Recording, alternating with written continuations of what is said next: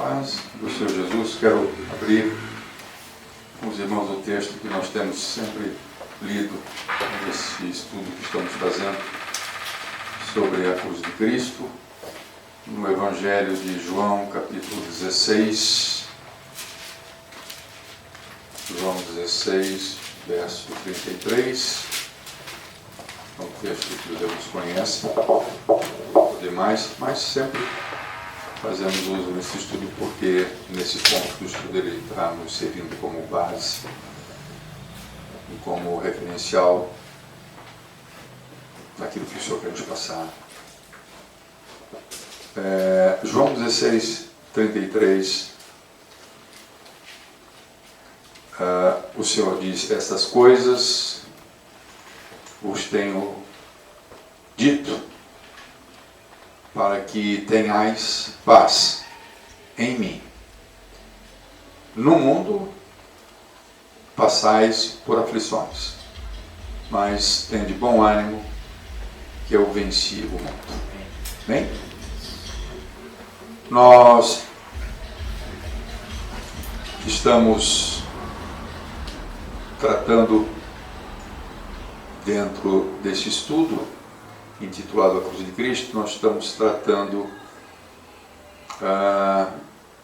sobre a influência. Qual a influência que a cruz traz sobre a nossa vida? Não somente o aspecto da salvação, de nos ter o Senhor proporcionado salvação através da cruz, mas a cruz continua sendo algo presente em nossas vidas, porque a mensagem da cruz não é somente a mensagem da salvação, ou seja, que através, por intermédio da cruz, o Senhor nos salvou, nos resgatou, mas a cruz é para nós um ensino. Como cristãos, a luz da cruz ilumina nosso caminhar. Então, a cruz nos norteia, a cruz nos estimula, a cruz nos possibilita vivermos a vida nas nossas relações com Deus, nas nossas relações com a igreja, nas nossas relações até com as pessoas do mundo e mais, a nossa relação com o mal, né? O mal que nos ronda, que nos muitas vezes investe contra a nossa própria vida e como a gente lida com isso, né? Por isso esse texto que nós lemos de João 16, 33, o Senhor Jesus, ele está alertando, ele está prevendo, ele está antevendo, ele está dizendo com antecedência, para que quando acontecer de passarmos pela aflição, que a gente possa ter paz. Justamente porque o Senhor nos disse que isso iria acontecer, então nós podemos descansar nas suas palavras. Ele diz: eu vos digo essas coisas para que vocês possam ter paz. Por isso eu estou dizendo com antecedência, para que não vos apanhe de surpresa, para que não vos desanime, né? Para que não nos faça recuar. Na última semana que estivemos reunidos aqui no tabuleiro, nós tratamos do exemplo de Cristo para nós. Então a cruz, quando falamos em cruz, falamos não no objeto, mas falamos na obra que é feita na cruz, né? O ato do Senhor, a atitude do Senhor, a postura do Senhor ante a cruz, né? Nós vimos que através do sofrimento da cruz, passado na cruz, vivenciado na cruz, o Senhor foi aperfeiçoado. Muito embora sendo o Filho de Deus, muito embora sendo Deus, mas também sendo 100% homem, Jesus, ele é aperfeiçoado no sentido, com vistas, objetivando a obediência que nós chamamos de obediência madura, submeter-se ao Pai. Né? Então, a cruz proporciona isso. Vimos os textos em Hebreus, vimos em Isaías. Né? Então, essa atitude de obediência. E nós dissemos,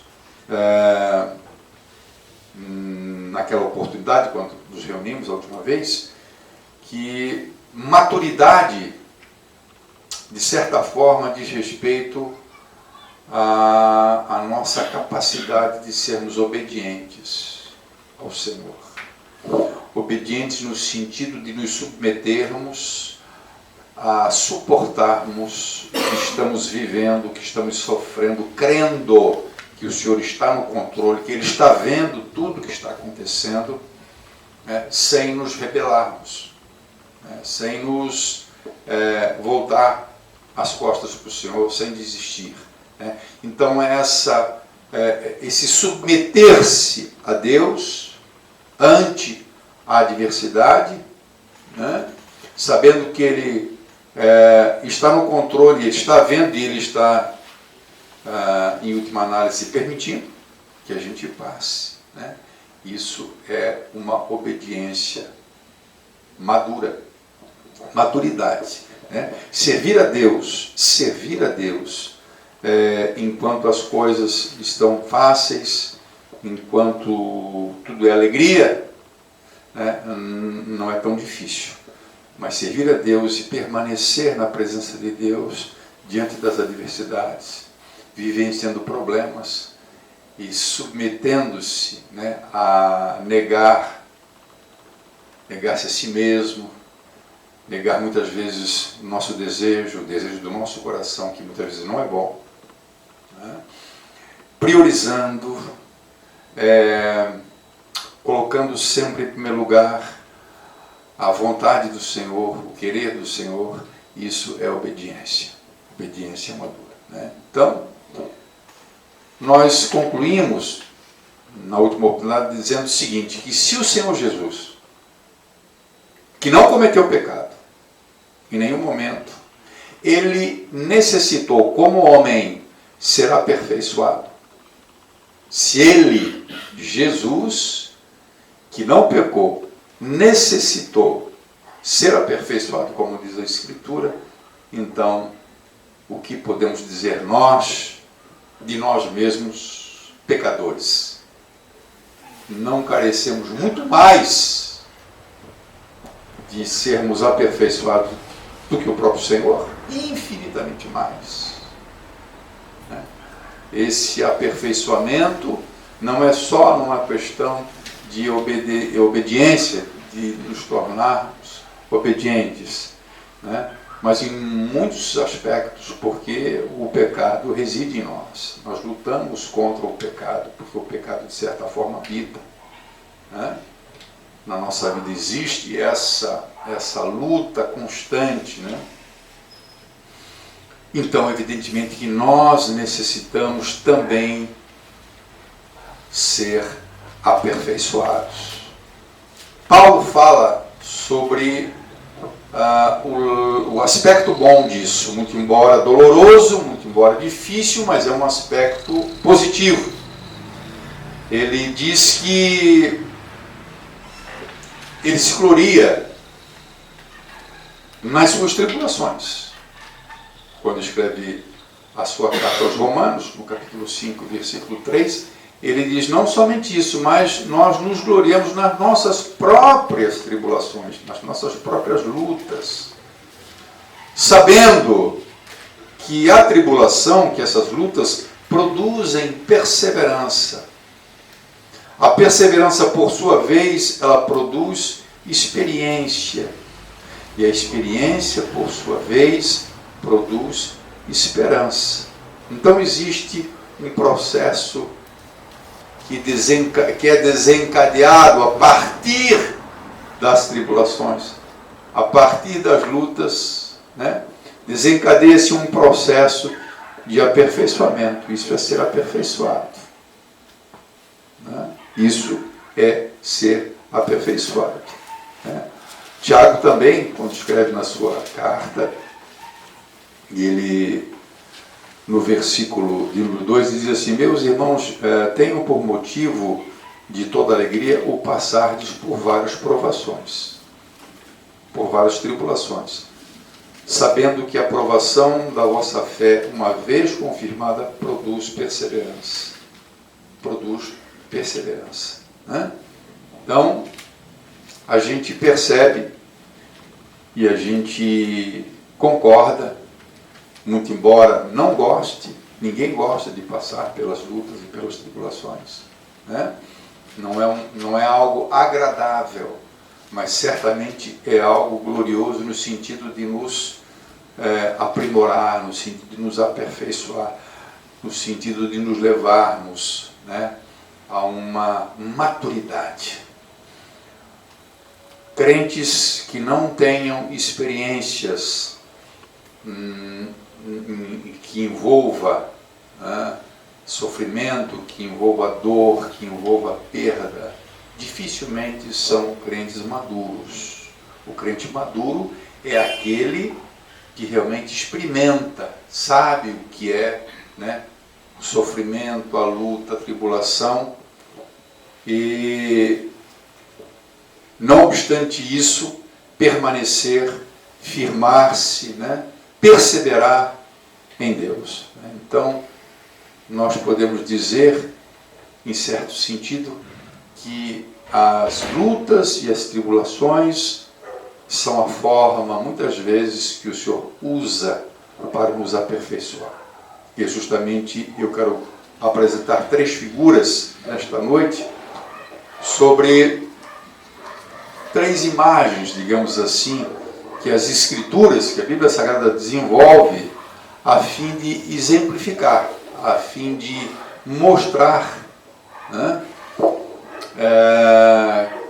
como Deus usa o sofrimento nas nossas vidas, as lutas na nossa vida, para nos tornar santos, para nos tornar maduros, para nos tornar obedientes. 3 figuras que a Bíblia apresenta a respeito de Deus, para expressar esse tratamento de Deus no nosso coração, no nosso caráter.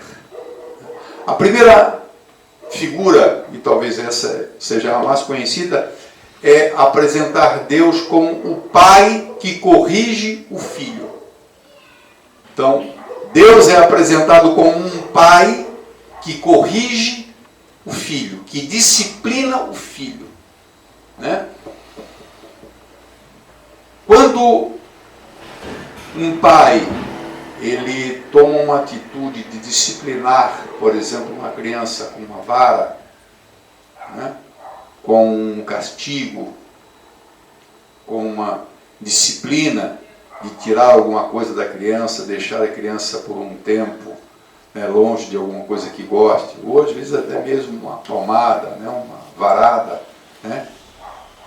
É claro que esse fato por si só não alegra nem o pai e muito menos a criança. Ao contrário, a criança chora. A criança chora. Não é agradável. Mas existe um objetivo, existe um propósito. Né? Então, por isso que a Bíblia apresenta o Pai, o nosso Pai Celeste, é comparado a um pai, como nós somos, que corrige, que disciplina, né, o filho. E a própria Bíblia fala a respeito do Deus, do nosso Deus, como sendo esse pai. Vamos abrir, se possível, em Deuteronômio, capítulo 8. Deuteronômio, capítulo 8.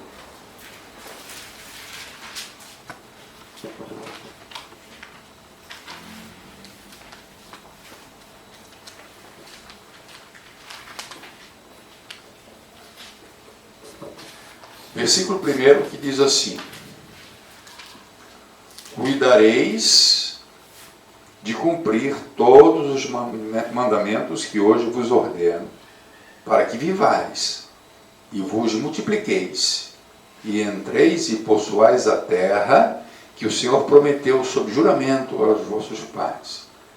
recordar-te-ás de todo o caminho pelo qual o Senhor teu Deus te guiou no deserto esses 40 anos, para te humilhar, para te provar. 3. Ele te humilhou, ele te deixou ter fome e te sustentou com o maná, que tu não conhecias, nem teus pais o conheciam, para te dar a entender que não só de pão viverá o homem, mas de tudo que procede da boca do Senhor viverá o homem. Nunca envelheceu a tua veste sobre ti, nem se inchou teus pés nesses 40 anos.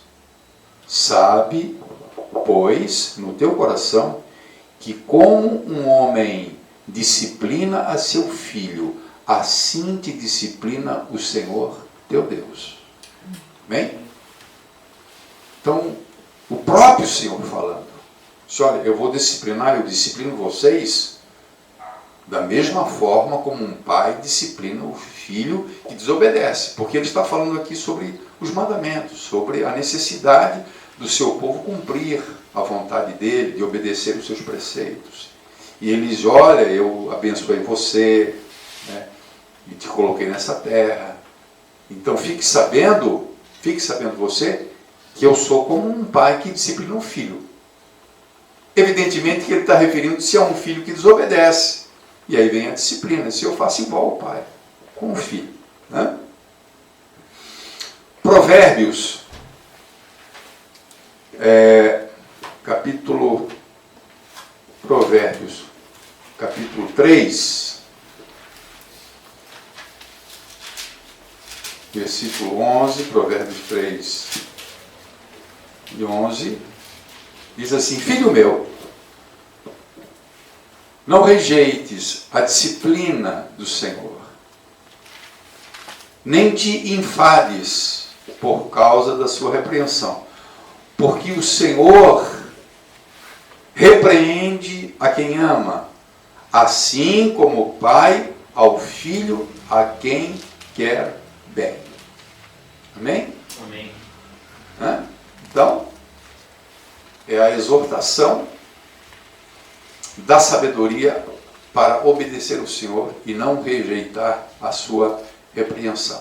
Então, Deus, ele nos trata não como bastardos. A Bíblia diz que se nós não somos repreendidos, se nós não somos disciplinados, então nós não somos filhos, então nós somos bastardos. Mas justamente por sermos filhos, né, o cuidado que o pai tem com o filho, né, é esse o cuidado que o Senhor tem com a gente. Só que a gente não pode esquecer que a disciplina não é doce. A disciplina ela tem um gosto amargo, mas o seu efeito é benéfico, né, é sarador, né, nos disciplina, nos ensina.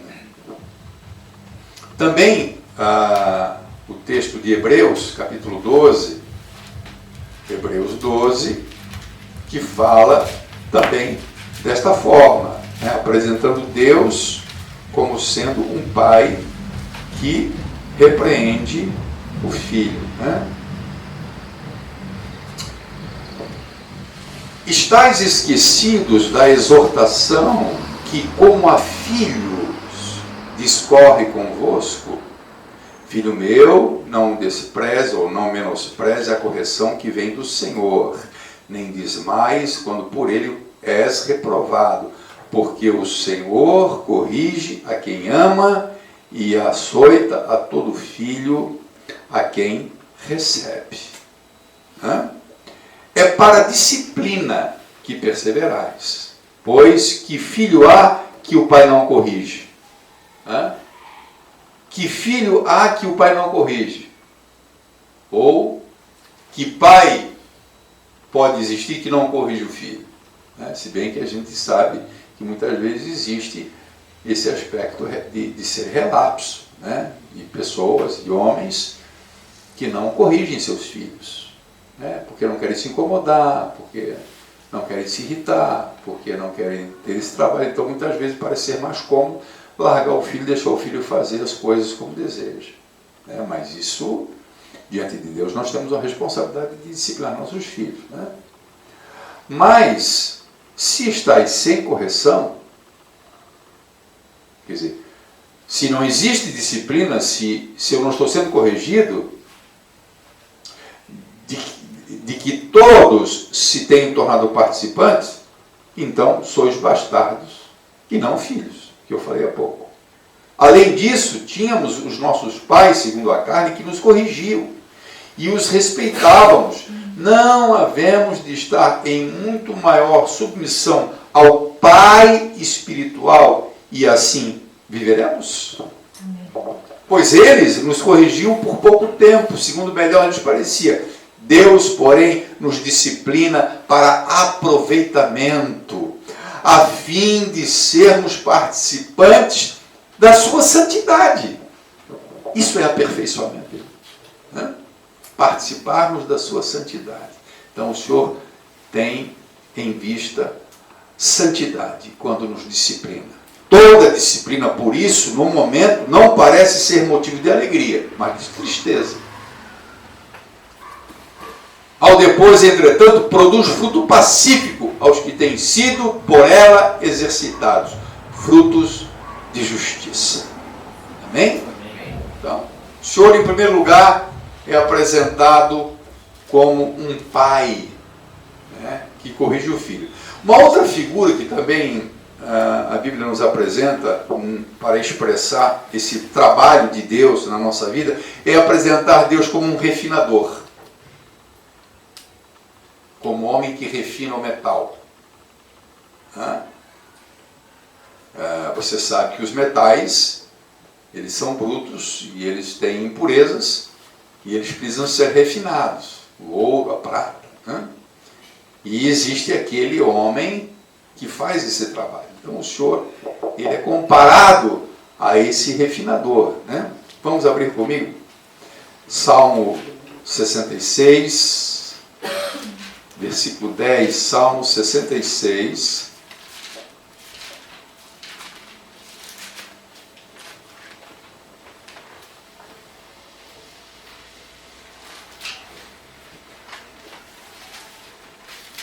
Pois tu, ó Deus, nos provaste, acrisolaste-nos, como se acrisola a prata. Tu nos deixaste cair na armadilha, oprimiste as nossas costas, fizeste que os homens cavalgassem sobre a nossa cabeça. Passamos pelo fogo e pela água, porém, afinal nos trouxesse para um lugar espaçoso. Então, Israel está dizendo a ação de Deus. E a ação de Deus para com o seu povo se compara à ação do acrisolador, daquele que faz o refinador, aquele que acrisola. O que é acrisolar? Acrisolar é pegar o metal e botar no crisol. O crisol é um instrumento onde vai ser derretido, né, esse material, e a parte de impureza separada, e o metal, então, ele é refinado. Ele é refinado, ele é purificado. No livro de Provérbios, um pouquinho mais à frente, Provérbios capítulo 17, e aí então fala diretamente que o Senhor faz isso, né? Ele fala diretamente que o Senhor faz essa situação, né?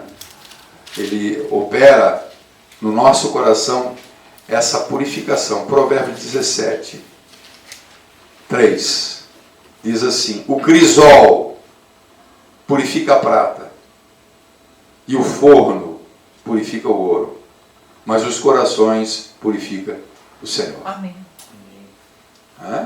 É comparativo. Então, o Senhor, ele assume aí um papel de refinador, daquele que está refinando. Interessante que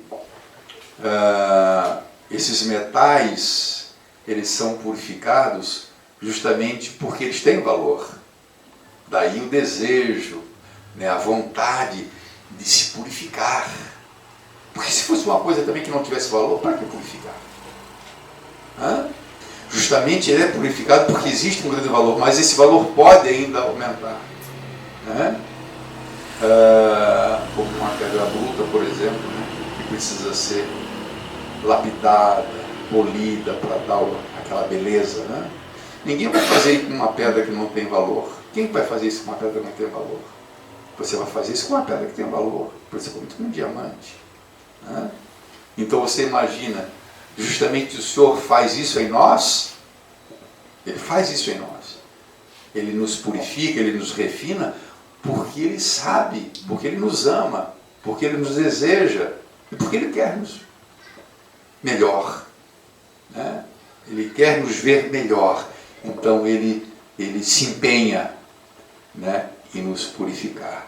Se não temos esse conhecimento e não temos essa consciência, nós podemos nos voltar contra Deus, achando o contrário, que Deus não nos ama. Poxa, por que Deus faz isso? Assim como um filho. Agora, voltando à primeira imagem, né? Um filho que não está entendendo muito bem, ele pode se revoltar com o pai. Se ele não for orientado, que ele está recebendo aquela disciplina para o bem dele, o filho pode se revoltar. Né? Ele pode se revoltar contra o pai. Ele vai dizer para o pai: pai, tu não me ama, pai. Como é que tu me ama e tu faz isso comigo? Filho, senta aqui que eu quero conversar contigo. O pai está fazendo isso para o teu bem. Tu talvez não entendas agora o que eu estou fazendo, mas é para o teu bem. O pai quer que você se torne um homem de verdade. Por isso você experimenta essas coisas. E quando ele tiver a compreensão e entendimento, ele não vai se voltar contra o pai. No fundo, ele vai agradecer. Especialmente quando ele for maduro, por tudo aquilo que o pai fez. Fico às vezes até meio sem graça quando o Daniel está no microfone, e já algumas vezes na igreja ele fez isso, falou isso públicamente várias vezes, já falou sobre a disciplina, e dos filhos o Daniel foi o que mais foi disciplinado. Né? A Ananda fazia sempre as coisas tudo certinho, não incomodava, tal. As duas também, mas o Dani era bem arteiro, o Dani era bem ligeiro. Então ele realmente tivemos que lidar com ele de uma forma mais firme. Né? Mas hoje ele agradece, né, o tratamento que ele recebeu. Se nós não temos essa consciência de que Deus faz isso porque nos ama, né? O que preferimos então? Ser tratados como um bastardo, como diz a Bíblia em Hebreus? Não, Deus nos ama, então Deus nos cuida de nós, Deus nos disciplina. Né?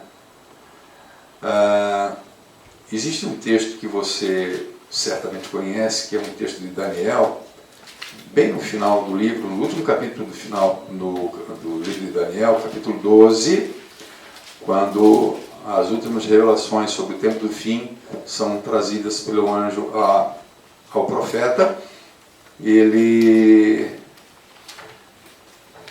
O profeta diz assim: eu ouvi, né, as revelações, porém não entendi. Então eu disse: meu Senhor, qual será o fim dessas coisas? E ele respondeu: vai, Daniel, porque essas palavras estão encerradas e seladas até o tempo do fim. Versículo 10.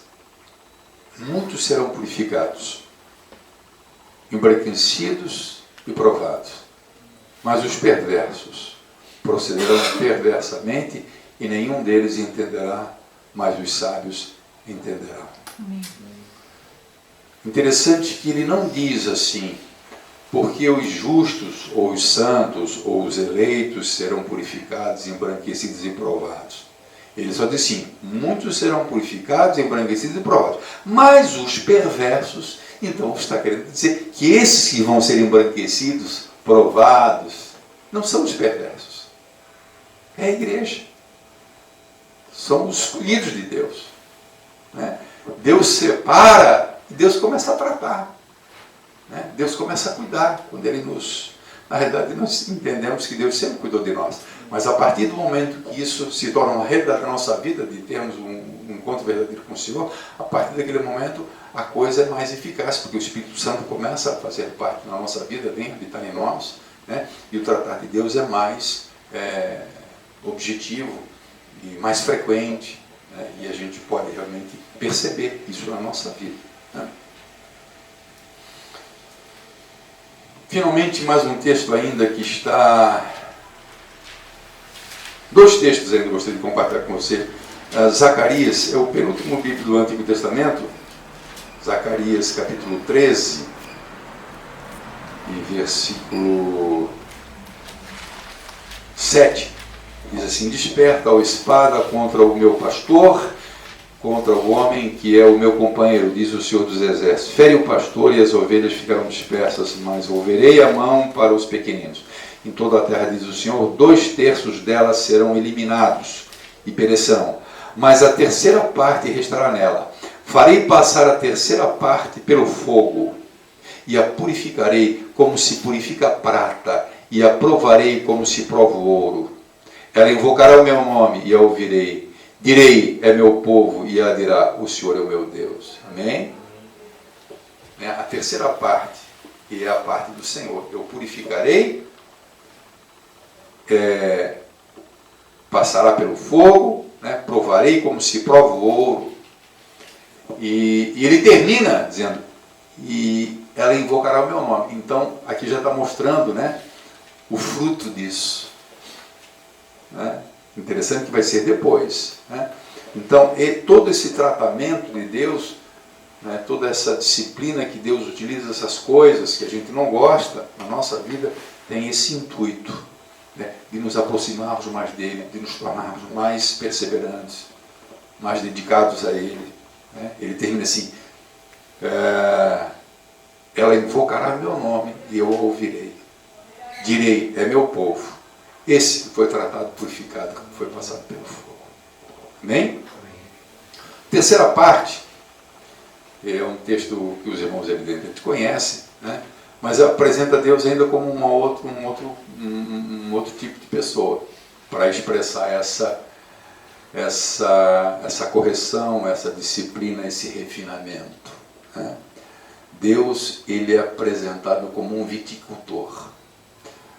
O viticultor é aquele que cuida de uma planta, e ele é apresentado assim. E quem que o apresenta assim? Você sabe? Quem que apresenta o Pai como sendo essa pessoa que nos limpa?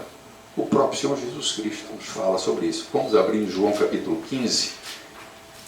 João capítulo 15.